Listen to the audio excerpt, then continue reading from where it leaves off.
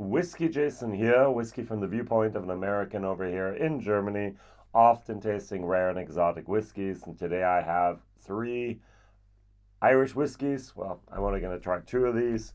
Today it's all about the Great Earl, a single grain Irish whiskey, 40%, Whiskybase 1920 or 018. Over here we have then the Red Earl, the Irish whiskey, which I'm going to compare it to, 40%.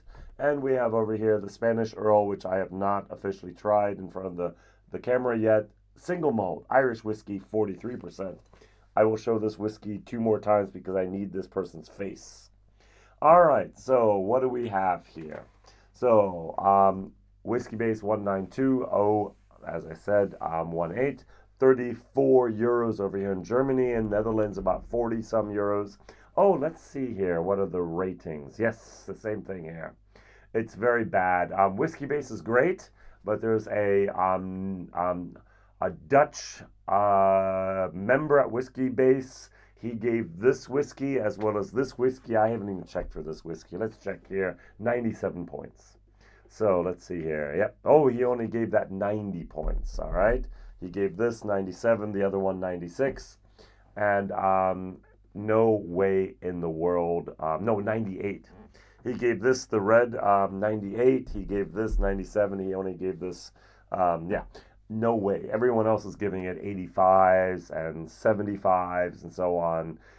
Interesting enough, there's two Dutch shops that have this whiskey, and of course some people buy a whiskey that, oh look, it has a average point score of this, and that actually pushed up the grading a lot, because when nine people vote, and if somebody gives it a 90 plus, that will actually increase that a lot. So that is a little bit of a shame there. So Patty Glenn gave it a 96 even. I'm sorry, 69, and the other person gave it a 97 here. We have Rechar barrels, yay. All right, we have virgin oak, yay. And we have here our Sangiovese casks from Italy, red wine casks. Now, why? So we have to go back a little bit in history and see what's going on here. If you've actually watched my Red Earl, you know a little bit about the Battle of Kinsale from 1601, basically. And I will now read a tiny little bit from the website here of Kinsale. So, Hugh, the Great Earl O'Neill, a celebrated general, was undaunted despite the odds. Having rescued the Red Hugh O'Donnell following the escape from Dublin Castle, they fought side by side with the Spanisth Earl at the Battle of Kinsale in 1601. Leaving Ireland in the flight of the Earls, never heard of that, 1607. He died in Rome here, Hugh O'Neill, the Great Earl. He died in Rome 9 years later, where he's still buried and immortalized in a fresco in Vatican City. Friends to kings, popes, and leaders, we have reflected his story in this unique single-grain Irish whiskey, cast in Rechar&Virgin oak, then finished in Italian Sangiovese, a nod to his final days in Rome.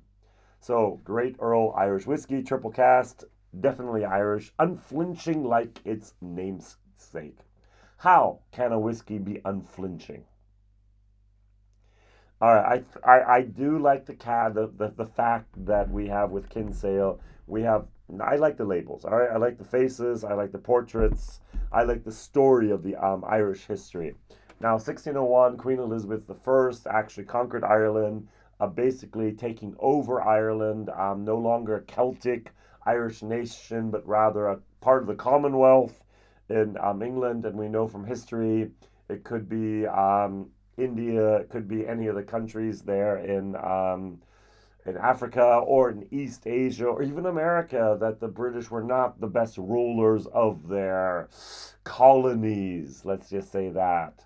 So, yes, and so the Irish have fought and gained their independence, at least the Republic of Ireland have, and I'm very, very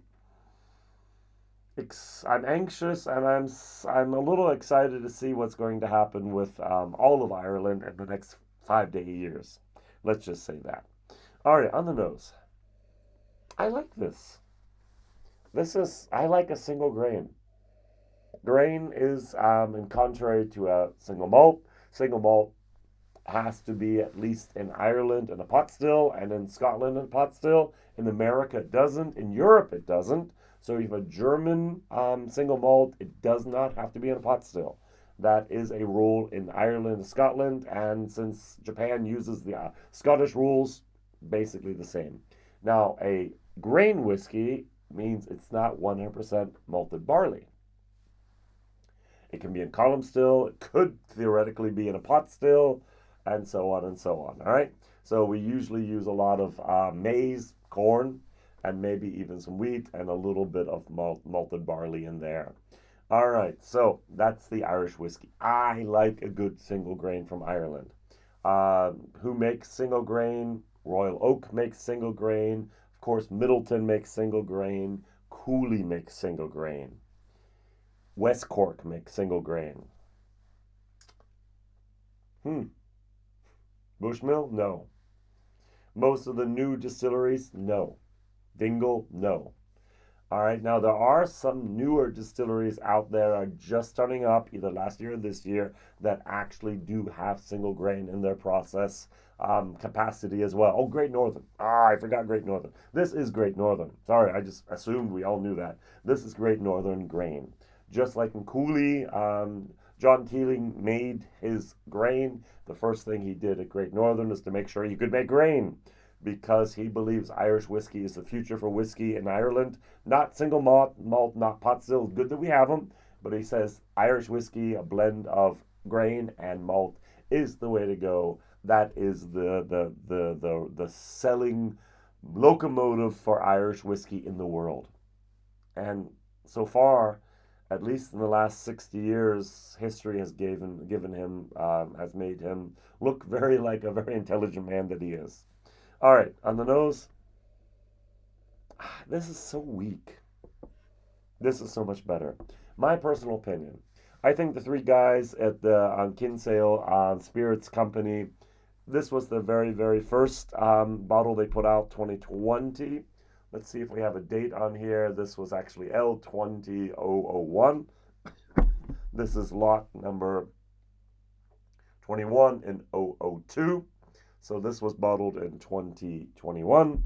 This was bottled in 2020. Remember the pandemic and so on? I think they learned a lot of how not to do a whiskey with this one. And they invested a lot of their efforts and time in this one, as well as this one, which also appeared 2021. So they learned to work with Great Northern in a better way. They had better casks. And I like the Rechar. Take an old tired cask, you scrape out the inside, you rechar it, yay. You might even retoast it beforehand, who knows? And virgin oak, yay.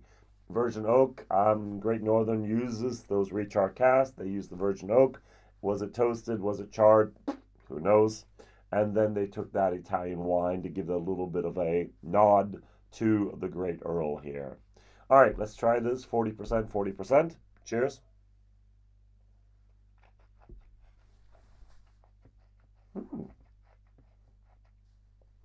That is surprisingly, pleasantly and surprisingly, presently, nice. It starts off at a nice moment. There's a nice little, I'm going to go with a red, not yet perfectly ripe strawberry. I'm going to go with a dark grape, and I'm going to go with, I'm going for red fruits here. And I'm going to go for a very, very light cranberry going in here. All right, so if I look at the tasting notes, it says here, where am I here? There we go. So our tasting notes, it says here, the aroma will be sweet, honey, wood, and marzipan. We love marzipan, almonds. And we have here honey, black currant. We have elderberry, and a little bit of white pepper. and the finish is middle long with a creamy spiciness. Agree. This kicks in here and goes here. This is a solid C whiskey. I like. And for 33 euros 90, I like C. Value for money. That's very, very good. And it's not complex. It's not overly challenging. There's a little bit going on. If I add a little bit of water here, it still holds up to this whiskey. But if I go over here, it starts off weak, watery, then goes up a little bit. And those old, for my personal taste, those old bourbon casks, that overused sherry casks, really doesn't do it for me. Mm-hmm.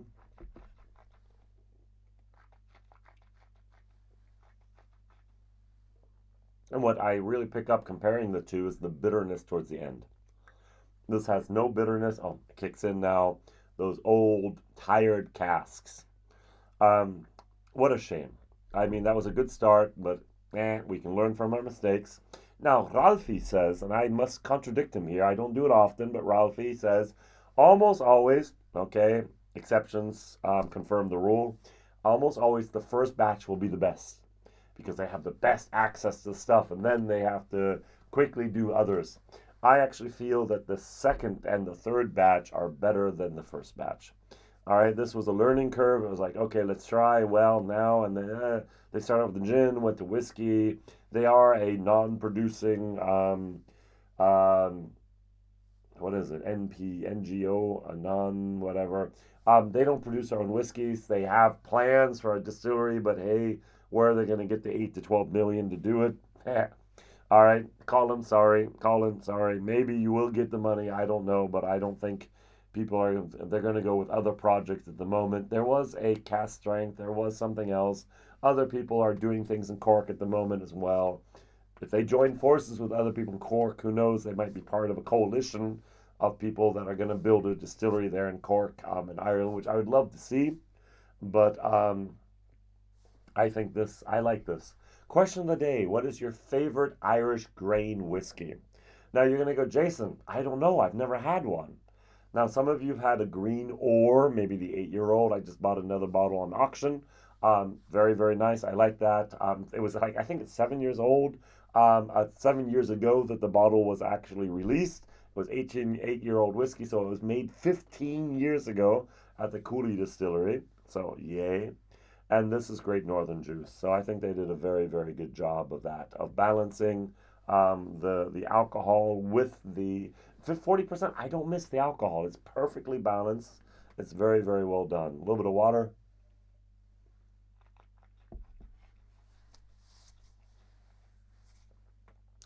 Not many transitions. It comes in, it goes, and it stays, and it's nice. This is a whiskey that I would sit down with in a summer, spring day and just enjoy. Not thinking much about it. That's why it's a C. It's not something to call home about. It's not something great, but it is a good whiskey. And I like that, and thank you very much for making it. So, what is your favorite single grain whiskey from Ireland? And if that's too hard of a thing, I can name 10 from that have been released in Germany alone. We have an Irish whiskey, irishwhiskies.de in Germany.